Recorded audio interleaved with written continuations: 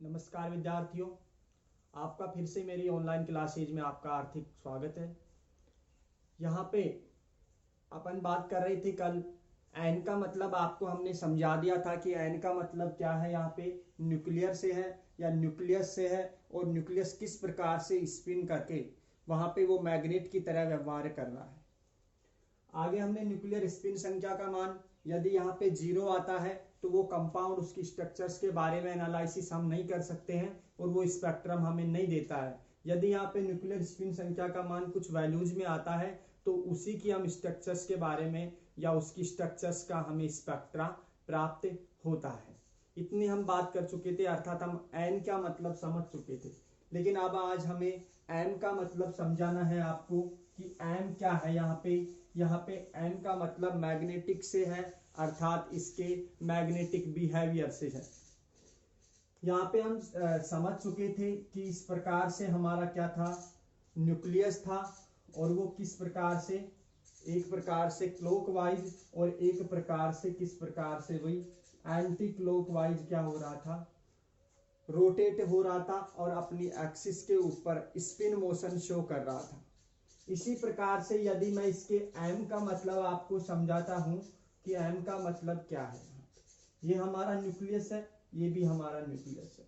ये spin motion के कारण किस चुंबक की तरह या मैग्नेट की तरह बिहेवियर प्रदर्शित कर रहा है।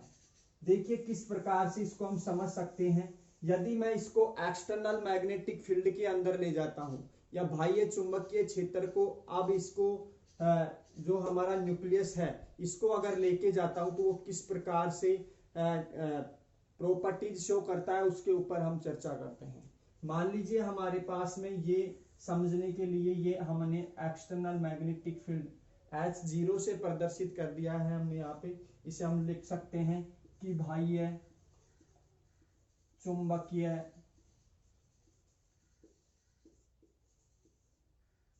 क्षेत्र। यहाँ पे इस साइड की ओर हमने ऐसी कंडीशन रखी है कि जब वो हमारा न्यूक्लियस एक्सटर्नल मैग्नेटिक फील्ड में नहीं रखा गया है, अर्थात बाह्य चुंबकीय क्षेत्र में हमारा जो न्यूक्लियस है या जो न्यूक्लियस चुंबक है या नाभिकीय चुंबक है या प्रोटॉन चुंबक है, इसको हमने यहाँ पे इस कंडीशन में अभी तक एक्सटर्नल मैग्नेटिक फील्ड में नहीं रखा है। देखिए ये हमारा मैग्नेटिक जो न्यूक्लियस है ये इस प्रकार से, यानी कि मैं कह सकता हूं डिफरेंट डायरेक्शन में ये मूवमेंट शो कर रहा है। ये हमारा न्यूक्लियस मैग्नेट, ये हमारा न्यूक्लियस मैग्नेट, देखिए इस प्रकार से। यानी एक प्रकार से ये तब कंडीशन है जब हमने इसको एक्सटर्नल मैग्नेटिक फील्ड में हमने यहाँ पे इस न्यूक्लियस को नहीं रखा है या इस नाभिकीय चुंबक को हमने नहीं रखा है। यानी कि absence of external magnetic field की कंडीशन के अंदर ये मैग्नेट का जो न्यूक्लियस है इसका बिहेवियर प्रदर्शित हो रहा है यहाँ पे। तबकि यहाँ पे देखिए यदि मैं इसके अंतर्गत एक्सटर्नल मैग्नेटिक फील्ड लगा देता हूं या बाह्य चुंबकीय क्षेत्र में इन नाभिकीय चुंबकों को, इनको मैं नाभिकीय चुंबक बोल सकता हूं, नाभिकीय चुंबक। देखिए क्योंकि ये क्या क्या कर रहे थे, स्पिन मोशन, जिसके कारण ये क्या प्रदर्शित कर रहे थे, मैग्नेटिक बिहेवियर प्रदर्शित कर रहे थे। इन नाभिकीय चुंबकों को मैं कहां पे लगा रहा हूं, एक्सटर्नल मैग्नेटिक फील्ड के अंतर्गत लगा रहा हूं।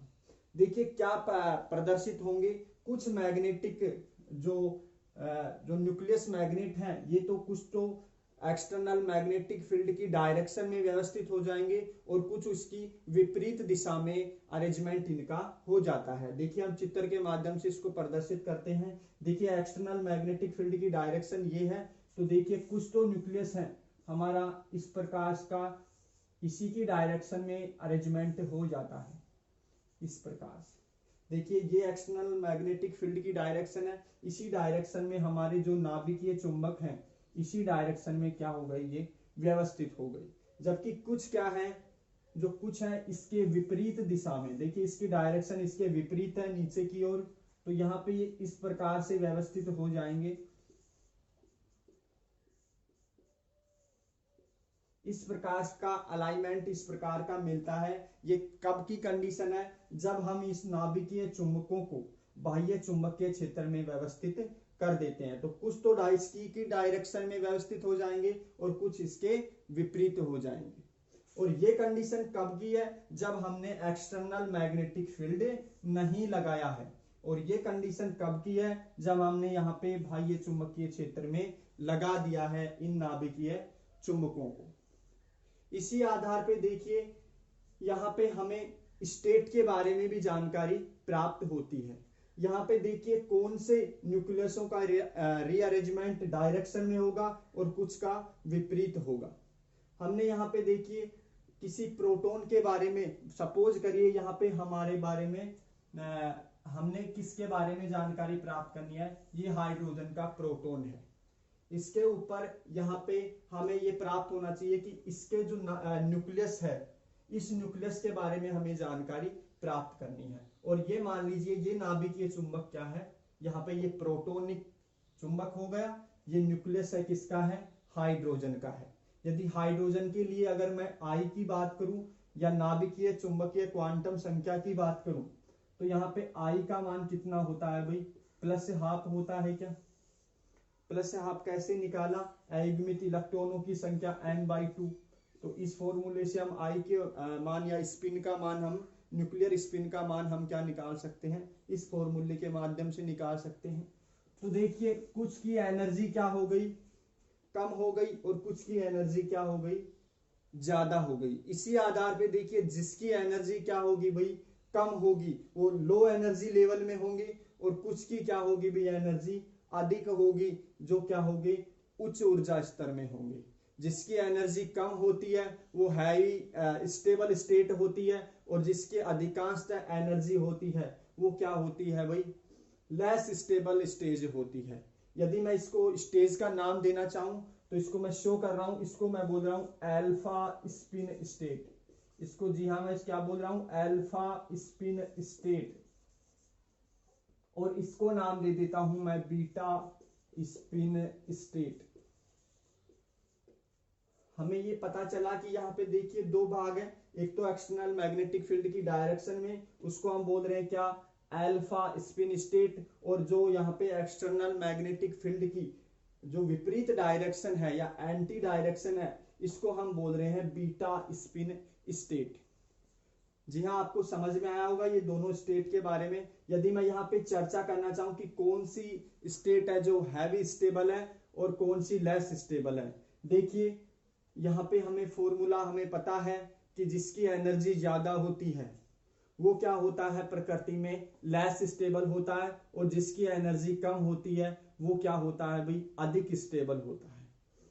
इसी कॉन्सेप्ट को यहाँ पे लगाना है। देखिए ये लो एनर्जी लेवल है, ये हैवी एनर्जी लेवल है, ठीक है। तो इन दोनों स्टेट की अगर मैं बात करता हूं तो यहाँ पे मोर स्टेबल स्टेट कौन सी होगी? अल्फा स्पिन स्टेट अधिक स्टेबल होगी। किसकी तुलना में भाई? बीटा स्पिन स्टेट की तुलना। तो यहाँ पे आपको पता चला, यदि इनकी वैल्यूज की बात करूं, आई की बात करूं, तो ये क्या हो जाएगी भाई? ये +½ हो जाएगी, और ये इसके विपरीत है तो ये क्या हो जाएगी भाई? -½ हो जाएगी। समझ में आया होगा इसको, इसकी मैग्नेटिक प्रॉपर्टीज के बारे में। और एम का मतलब यानी कि जो नाभिकीय चुंबक है किस प्रकार से मैग्नेटिक बिहेवियर प्रदर्शित करते हैं, और इसके डायरेक्शन में, एक्सटर्नल मैग्नेटिक फील्ड लगाने की डायरेक्शन में, इसके अलाइनमेंट में किस प्रकार से चेंजमेंट आता है, और क्या यहाँ पे हमारी स्टेट होती है, और यहाँ पे आई की वैल्यूज क्या होती है, और कौन सी स्टेट होती है जो अधिक स्टेबल होती है और कौन सी कम स्टेबल होती है। ये हम आपको इसके बारे में हम आपको जानकारी दे चुके हैं। एम का मतलब आपको समझा चुके हैं। इसको कुछ एनर्जी लेवल्स के माध्यम से इस प्रकार से भी हम समझ सकते हैं।